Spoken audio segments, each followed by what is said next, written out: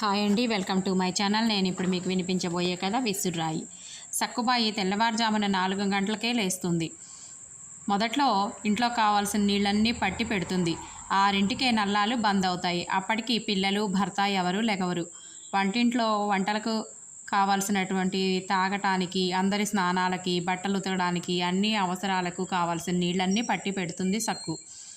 తర్వాత అంట్ల గిన్నెలు తోమి వంటకి ఉపక్రమిస్తూ ఉంటుంది. ఆ రోజు కావాల్సిన కూరలు ముందు రోజు సాయంత్రమే కొని పెడుతుంది. పిల్లలు స్కూళ్ళకు తొందరగా వెళ్ళిపోతారు. స్కూల్ బస్సు వచ్చేసరికల్లా వాళ్ళు స్టాపుల్లో ఉండాలి, లేకపోతే స్కూల్ బస్సు వెళ్ళిపోతుంది. వాళ్ళకి స్కూల్ బంద్ ఆ రోజు. పిల్లలిద్దరూ ఇంట్లో అన్నం తిని రొట్టెలు టిఫిన్లోకి తీసుకెళ్తారు. అందుకని అన్నం, చారు, కూరలు వండాలి, రొట్టెలు చేయాలి. అన్నమే టిఫిన్లో తీసుకెళ్ళండి అంటే చిన్నది రాగిణి అమ్మ మళ్ళీ అన్నమేనా అంటూ ముఖం అదోలా పెట్టిద్ది. సక్కు ముగ్గురు పిల్లల్లో చిన్నవాడు సురేషు. వాడు ఎప్పుడూ రొట్టెలేనా అంటాడు ముక్కు విరిచి. అమ్మ నా ఫ్రెండ్స్ రోజుకో రకం తెచ్చుకుంటారమ్మా, ఉప్మా, పూరి, బ్యాంబినో, నూడిల్స్ అట్లా రోజుకో రకం తెచ్చుకుంటారమ్మా, ఎప్పుడూ రొట్టెలేనా అంటాడు అలుగుతాడు. ఆ మాటలకు రాగిణి అనదు, కానీ దాని మనసులో కూడా అదే ఉంటుంది. భర్త ప్రతి నెల ఖర్చు కోసం ఇచ్చే డబ్బులోంచి పిల్లల కోరికలు తీర్చడం సక్కుకి సాధ్యం కావడం లేదు.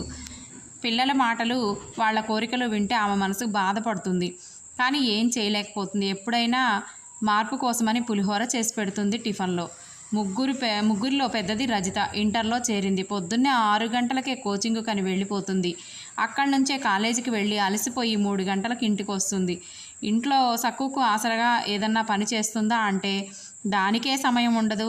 ఉన్నా అలసిపోయి వస్తుంది, హోంవర్క్ చేసుకోవాలంటుంది, పరీక్ష ఉంది చదువుకోవాలంటుంది. దాంతో సక్కుకు కూతురికేం పని చెప్పబుద్ధి కాదు. పాపం దాని మెడకు చదివే ఉందాయే, పనేం చెప్పను అనుకుంటుంది. రజిత కాలేజీ నుంచి నీరసంగా వస్తుంది. టిఫిన్ డబ్బా తీసుకెళ్ళమంటే అయిష్టంగా ఓసారి తీసుకెళ్తుంది, ఓసారి టిఫిన్ ఇంట్లోనే పెట్టి వెళ్ళిపోతుంది. అమ్మ నా ఫ్రెండ్స్ రోజు డబ్బులు తెచ్చుకొని హాయిగా టిఫిన్ సెంటర్లో తింటారు, నాకే ఈ టిఫిన్ డబ్బాలు మోయడం. కాస్త నువ్వే చూడమ్మా, ఈ పుస్తకాల బ్యాగ్ ఎంత బరువుగా ఉందో, ఇంత టిఫిన్ డబ్బాలు ఎక్కడ మోసుకుపోను అంటుంది రజిత చిరుకోపం ప్రదర్శిస్తూ. రజిత నీకు తెలుసు కదమ్మా, మీ నాన్నగారిచ్చే డబ్బు ఇంటి ఖర్చుకే బొటాబొటీగా సరిపోతుంది. ఇంకా రోజు నీకు టిఫిన్కి డబ్బులు ఎక్కడి నుంచి ఇవ్వాలి తల్లి, ఏదో సర్దుకుపోవడం నేర్చుకోవాలి తల్లి అని సక్కు రజితను సముదాయిస్తుంది. ఒకసారి రజితను టిఫిన్ కోసమని డబ్బులు తండ్రిని అడగమంది సక్కు. అమ్మో నాన్నను డబ్బులు అడిగితే లాభం లేదమ్మా, నీకు తెలియదా, పైగా కోపంతో పొదుపుగా ఎట్లా ఖర్చు పెట్టుకోవాలో లెక్చర్ ఇస్తాడు. ఆయన మాత్రం స్నేహితులతో పేకాడడానికి, తాగడానికి మాత్రం డబ్బు పుష్కలంగా ఉంటుంది, కోపంగా అంది రజిత. అది ఇప్పుడు పెద్దదైంది, తండ్రి డబ్బంతా దేనికోసం ఖర్చు చేస్తాడో తెలుస్తుంది. రజిత మాటలు విని సక్కు నిట్టూర్చింది. అవన్నీ నీకెందుకే రజిత, సరే ఇదిగో ఈ డబ్బు తీసుకో, ఈరోజు టిఫిన్కు నీకోసం పూరి అన్నా చేసి ఇక ముందు ప్లాస్టిక్ కవర్లో పెట్టిస్తాను సరేనా, స్టీల్ టిఫిన్ అయితే బరువు అంటున్నావు కదా అంది సక్కు. అమ్మా అది సరే, కానీ నాకు ఈ నెల కొత్త డ్రెస్సు కావాలి, లేకపోతే నేను ఒప్పుకోను. అందరూ రకరకాల డ్రెస్సులు రోజుకో రకం వేసుకొస్తున్నారు కాలేజీకి, నేనేమో ఎప్పుడు ఆ పాతవే ఉతికి గంజి పెట్టినవే రోజు వేసుకుంటున్నాను. అందరి ముందు నాకు ఎట్లా ఉంటుంది నువ్వే చెప్పమ్మా, మరి మనమంత లేని వాళ్ళం కాదు కదా. అమ్మ ఈ నెల ఎట్లా అయినా సరే ఒక డ్రెస్సు కొనియవే అలిగింది, ప్రాధేయపడింది రజిత. నిజమే లేనివాళ్ళమేం కాదు, ఆయన బాగానే సంపాదిస్తాడు, కానీ ఇంటి ఖర్చు కానీ ఇంత డబ్బు నెల నెలా ఇస్తాడంతే. పిల్లలు ఖర్చులు ఇందులోనే, స్కూళ్ళు కాలేజీల ఫీజులు మాత్రం అడగ్గా ఇస్తాడు. ఆయన ఇచ్చే డబ్బుతో ఇంటి ఖర్చు, పిల్లల కోరికలు నెరవేర్చడం సాధ్యం కాదు. పెరుగుతున్న ధరలతో ఆయన ఇచ్చే డబ్బు ఇంటి ఖర్చుకే ఇటు సాగదీస్తే అటు తాగతీస్తే సరిపోతుంది. స్కూల్కి వెళ్ళే పిల్లలు స్కూల్ డ్రెస్సులు అంటున్నారు కాబట్టి వాళ్లతో అంత బాధ ఉండదు. కానీ రజిత కాలేజీలో ఉంది, అక్కడ పిల్లలు రకరకాల ఫ్యాషన్లతో బట్టలు వేసుకు వస్తారు, నాకు తెలుసు, కానీ నేనేం చేయాలి అనుకుంది సక్కు. మనసులో పైకి నిట్టూర్చింది. రజిత డ్రెస్సు కొనుక్కోవాలంటున్నావని డబ్బు మీ నాన్నని అడుగు అంది సక్కు. అయినట్లే, నాన్నని అడిగితే ఇయ్యడు, పైగా కాలేజీ కూడా మానేయమంటాడు. నువ్వేమో నాన్నని అడగమని తప్పించుకుంటావు, నాకేం వద్దులే కొత్త డ్రెస్సు. 2 పెదవులు బిగించి మూతి సాగదీసింది రజిత కోపంగా. ఇంకోవైపు రజిత కళ్ళల్లో నీళ్లు ఊపికాయి. సక్కు రజిత ముఖాన్ని తన మునివేళ్లతో పట్టి తన వైపు తిప్పుకొని ఇంకో చేత్తో దగ్గరికి తీసుకుంది. రజిత కాసేపు తల్లి దగ్గర చేరి బిగుసుకుపోయింది. సక్కు రజితని గట్టిగా గుంజి గుంజి తన గుండెలకు అదుపుకుంది. రజిత, కొత్త డ్రెస్సులు వేసుకుంటానులే, నువ్వైతే బాధపడకు, ఈరోజు కాలేజీకి వెళ్ళు అంది సక్కు వాత్సల్యం కుమ్మరిస్తూ. తల్లి మాటలకు వాత్సల్యానికి రజిత ముఖం వెంటనే ఆనందంతో వెలిగిపోయింది. దుఃఖం బాష్పాలుగా మారాయి. అమ్మా, తప్పకుండా కొనిస్తావు కదా అని ఎగిరి గంతేసి తన పుస్తకాల బ్యాగ్ తీసుకొని కాలేజీకి బయలుదేరింది. రిక్త వాగ్దానం చేస్తున్నందుకు సక్కుకు బాధగా ఉంది. కానీ కూతురును ఇప్పుడు సముదాయించి కాలేజీకి పంపాలంటే గత్యంతరం లేదు. చూద్దాం, భర్త ఎట్లాగోలా ఒప్పించి ఓ కొత్త డ్రెస్సు కొనిపెట్టాలి దానికి అనుకుంది సక్కు. పిల్లలు స్కూల్కి వెళ్ళిపోయిన తర్వాత మెల్లగా 8 గంటలకు లేస్తాడు సక్కు భర్త సుబ్బారావు. లేవగానే ఆయనకి టూత్ బ్రష్ మీద పేస్టుతో సిద్ధంగా ఉండాలి. బాత్రూంలో బకెట్ నిండా నీళ్లుండాలి. వాష్ బేసిన్ మీద మగ్గు నిండా నీళ్లుండాలి. నీళ్ల కరువుతో సక్కు కష్టంగానే ఉంది. ఏడాదిలో ఓ 4 నెలల్లో నీళ్లు పుష్కలంగా ఉన్నప్పుడే కింద ఇంటి యజమానులు మోటార్ వేసి వదులుతారు. నీళ్లు తక్కువైనప్పుడు నీళ్లు ఆదా చేయాలనే దృష్టితో కిందకు వచ్చి నీళ్లు మోసుకు పొమ్మంటారు. కింద మున్సిపాలిటీ నీళ్లు వచ్చినప్పుడే వేస్ట్ కాకుండా నిండేందుకు ఇంటి వాళ్ళు ఒక సంపు కట్టించారు. ఆ సంపులో నుంచి సక్కు నీళ్లు చేదుకొని బకెట్లతో నింపుకొని పైకి మోసుకొస్తుంది. సెలవు రోజుల్లో అయితే పిల్లలు సక్కు నీళ్లు చేదుకొని బకెట్లలో నింపుకొని పిల్లలు సాయం చేస్తారు. మిగతా రోజుల్లో పిల్లలు స్కూలు కాలేజీ అని వెళ్లే తొందరలో ఉంటారు. సక్కు ఒక్కతే నీళ్లు పైకి మోసుకొస్తుంది. పొద్దున్నే సక్కు చేసే మొదటి పని అదే. 10 బకెట్లకైనా నీళ్లు పైకి మోసుకొస్తుంది. తర్వాత గిన్నెలు తోమి వంట మొదలు పెడుతుంది. ఇంటి కిరాయి తక్కువ, అందులో పిల్లల స్కూలు కాలేజీలు దగ్గరగా ఉంది. అయినా నీళ్ల వసతి చూసుకుంటే కిరాయి ఎక్కువ ఇయ్యాలి అంటుంది.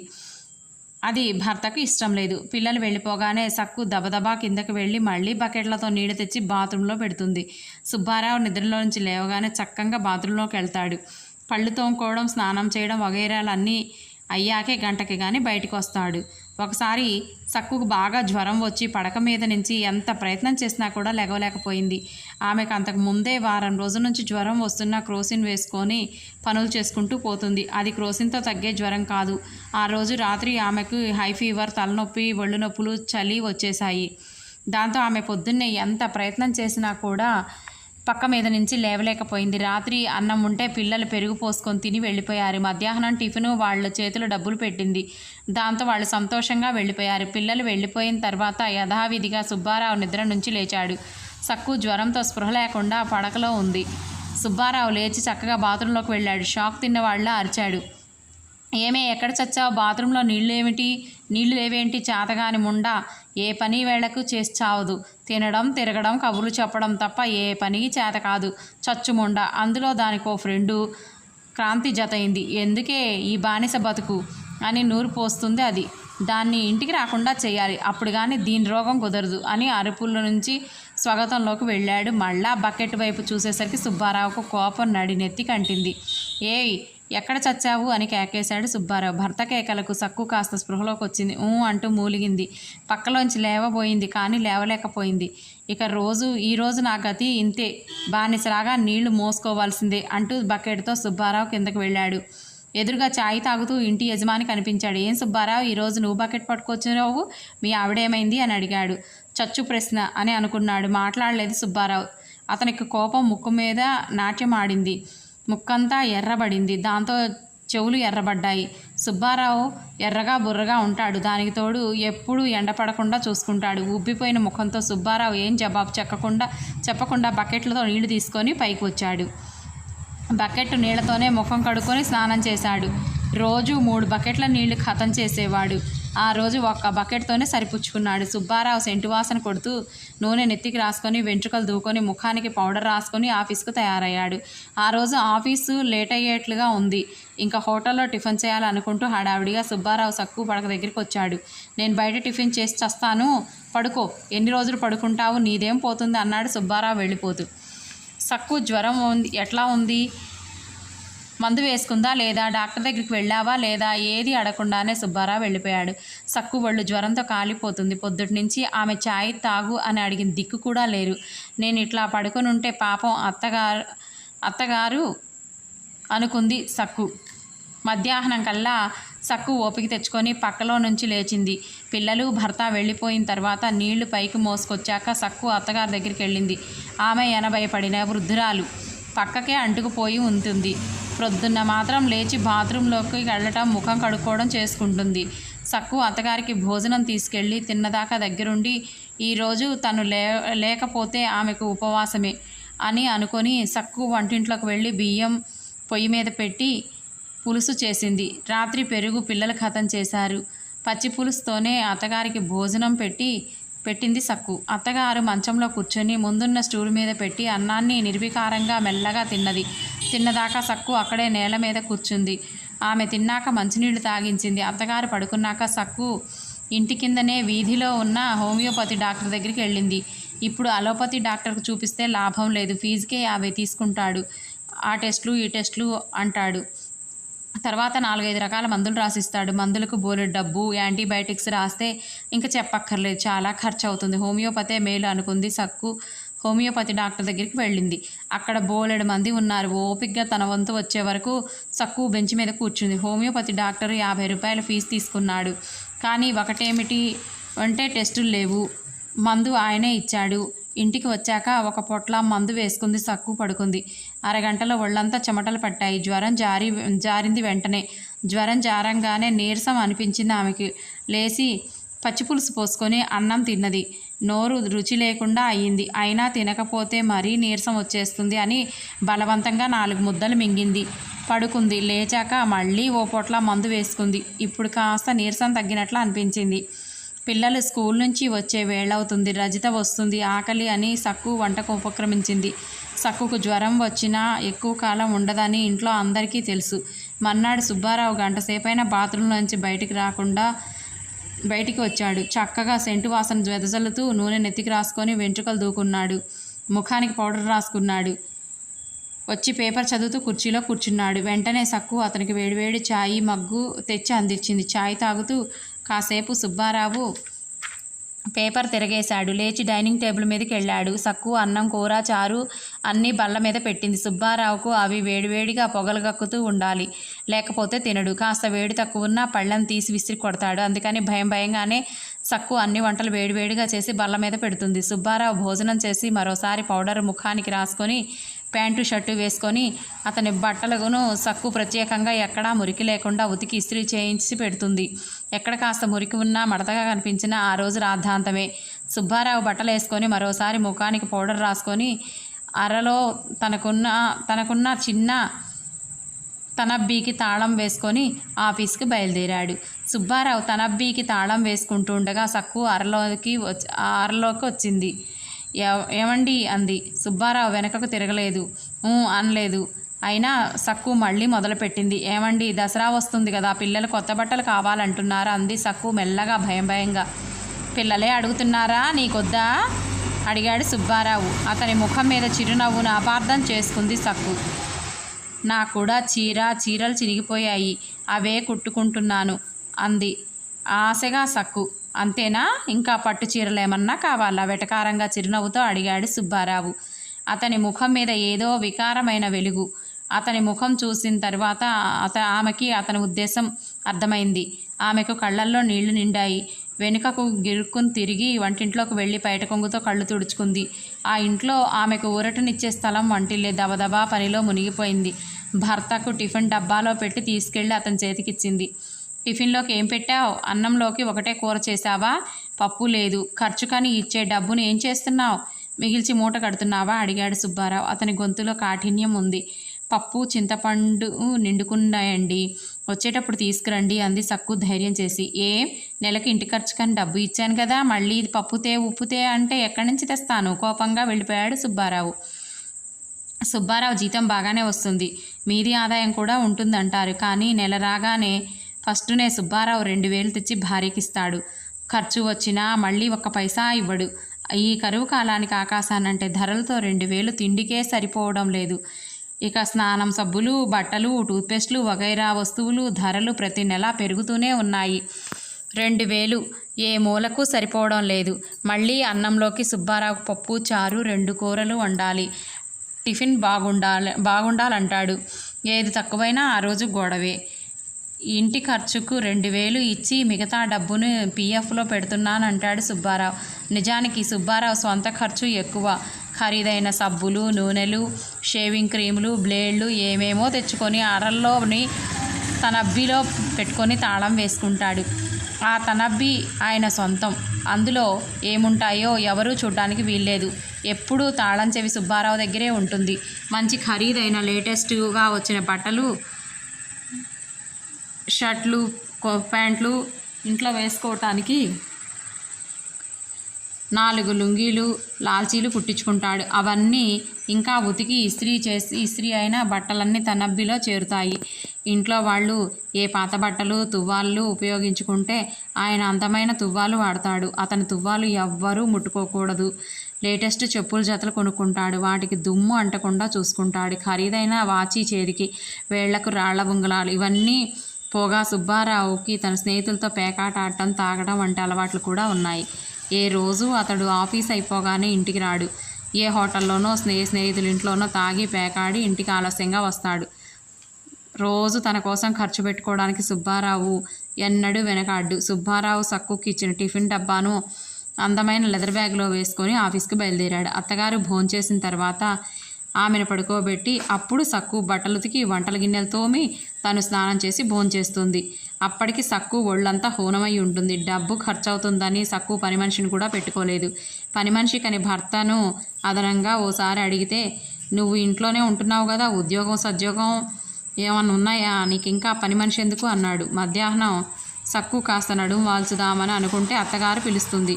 ఆమెకు మందో మంచినీళ్ళో తీసి ఇచ్చేసరికి 3 గంటలకు రజిత వస్తుంది. అది భోంచేయగానే స్కూళ్ళ నుంచి రాగిణి, సురేష్ వస్తారు. వాళ్ళ బట్టలు మార్చుకోమని ఏదైనా తినడానికి వాళ్ళకు పెట్టి మరుసటి రోజు కానీ వాళ్ళ స్కూల్ బట్టలు ఉతికి వాళ్ళ హోంవర్కులు చేయమని వెంట పడుతుంది.